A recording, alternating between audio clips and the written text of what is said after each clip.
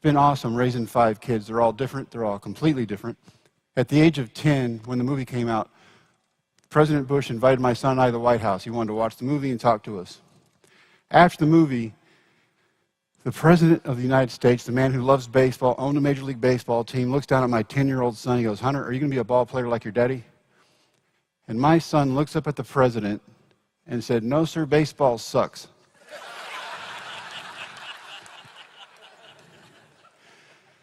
Now, as a baseball player, I'm mortified. As a dad, I'm like, at least he said, "Sir." He looked up at the president, he goes, "I'm going to be a lawyer." At 10. 26 now, he's a lawyer. But he got to chase his dreams because he didn't have to do it the way I did it. If you've seen the movie, you know my dad and I didn't get along very well. That is actually Disney's G-rated version of our relationship. My dad had great things to say to me, things I carry with me today. When I get tired or I get run down, they come back and haunt me because it's not the bruises that stay, it's the words. And if you have people tear you down enough, that's where you want to stay. You're not smart enough, you're not good enough. Why do you even try? Why don't you quit now before you embarrass yourself and everybody else? You'll never make it. His favorite saying to me as a child is, "Children are to be seen and not heard," so as a child, I never talked. My dad was in the military and moved constantly.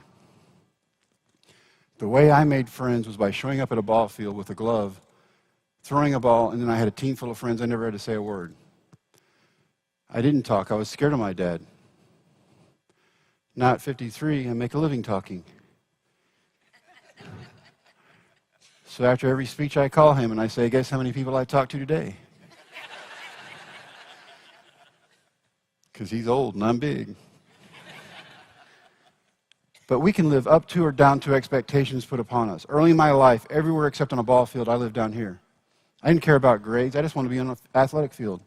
Because I knew there I could be the kid I was supposed to be. I could turn off those voices, "You're not good enough." Because I knew I was. Not only was I good enough, I was better than everybody else. And I wanted to prove that. That was my way of communicating with the world. See, my kids never had to do that.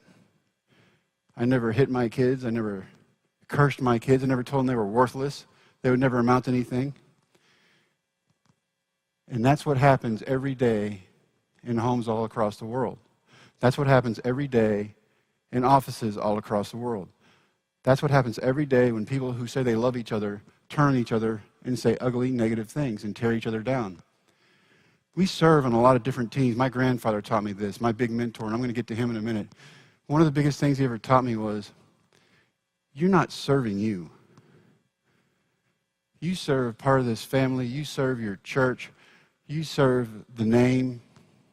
You serve whatever sports team you're with. But it's not about you. Not only is it not about you, it's never been about you. It's where you can plug yourself in and make yourself a part of something bigger than yourself. It's a wise man. He taught me a lot.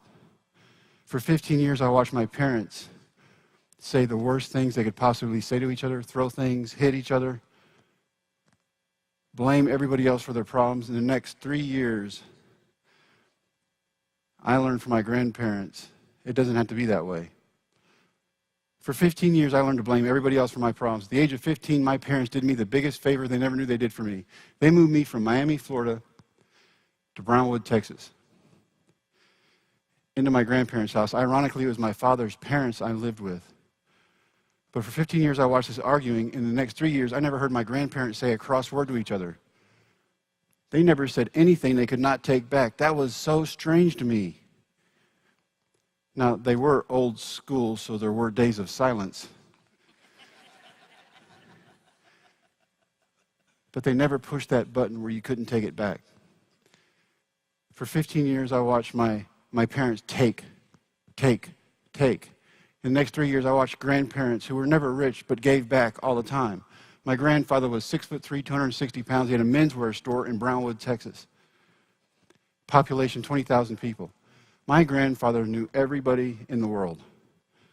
People came up to him all the time for his opinion. Now, if you wanted the truth, you go to my grandfather. If you wanted it cookie-coated, that's the wrong person to go to, man. But he had a way of telling you the truth where you could walk out of his store with your head held high with 8 different other options and directions in which to go. He wasn't there to tear down. He was there to build up. He fought in World War II. He lost his brother there. Came back. He started a store. He had a wife, a young family. He started a menswear store with a handshake from a banker. And the banker said, if it was anybody else, I would not do this, but I know you're good for your word. My grandparents are the two most honest people I've ever known in my life. I strive to be more like them every day I'm alive. Hopefully one day I will achieve that. But in the 3 years I lived with them, I watched my grandmother, who was 5'3", not 6'3", run our church for 30 years. She was our church secretary. Smartest woman I've ever seen in my life. She could do trig in her head.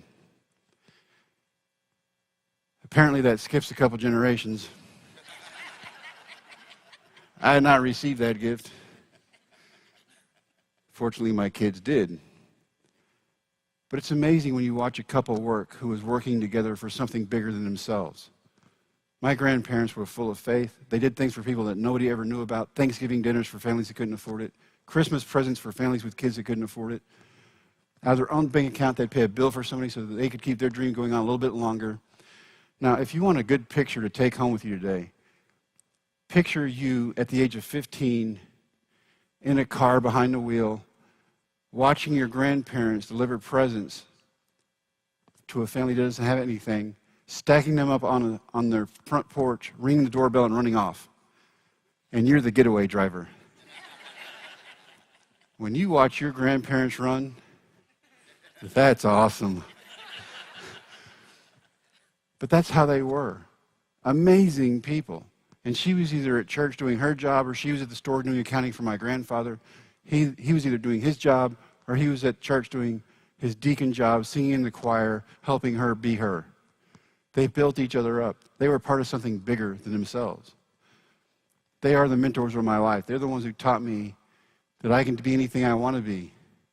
It's not going to come easy. Nobody's going to hand me anything. You got to work. And I worked for my grandfather in the stores for 3 summers. And he taught me a lot. Every day, pretty much, I got a lesson.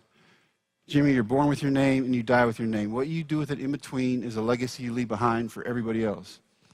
Who do you want to be? Jimmy, if you ever make a promise, you live up to that promise no matter what. Because at the end of the day, when you pass away, you're going to be remembered for one thing. Did you live by your word? Were you honest? Jimmy, it takes a lifetime to build good character. It takes one mistake to destroy everything you've ever worked for. Who are you? These lessons continued. On a Monday morning at 9:05 a.m., this lady walks into his store. All the other men that worked for my grandfather were about his age. They watched this lady walk in, and they went back to drinking their coffee, and they ignored her like she didn't exist. You see, this was an upscale menswear store, and she walked into the store with overalls, boots, and let's just say to smell the boots, she had a pig farm. They ignored her. She didn't exist. My grandfather saw this. He gets up, he walks out, he waits on her, he treats her like she should be treated, like everybody should be treated. And before she walked out of his store, she bought 15 suits for every member of her family and paid cash. And when he walked back by me, he said, Jimmy, it doesn't matter if you're black, white, yellow, red. It doesn't matter what language you speak. What matters is that God made us all the same way and we all bleed red. Don't treat anybody other than the way you want to be treated at all times. That was my grandparents. Several years later, as I got out of high school, the lady in the overalls and the pig farm, well, they found natural gas under her ranch. And she's worth $800 million today. And those men drinking coffee at the back of the store, who were sitting in judgment, nowhere to be found. Don't judge people because you have and they have not. And don't judge people because you have not and they have. If we all work together, we can all get there. 1 + 1 doesn't always equal 2. It equals something bigger. These lessons from my grandparents added up over time. Eventually, we won a state championship in football. I take those college entrance exams that everybody loves to take. And the scores came back. My counselor stops me in the hallway. He's got my scores in his hand. He goes, Jimmy, what are you going to do with your life? Has anybody in this room ever been 18? You know a lot, don't you? I looked up at my counselor. I said, I'm going to be a baseball player. Everybody knows that. And he goes, I hope so. You're too stupid to go to college.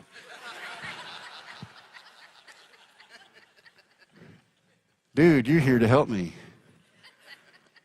Last I heard from him, he no longer worked with kids. He's no longer a counselor. He worked in a movie rental store. And he's renting the movie about my life to other people.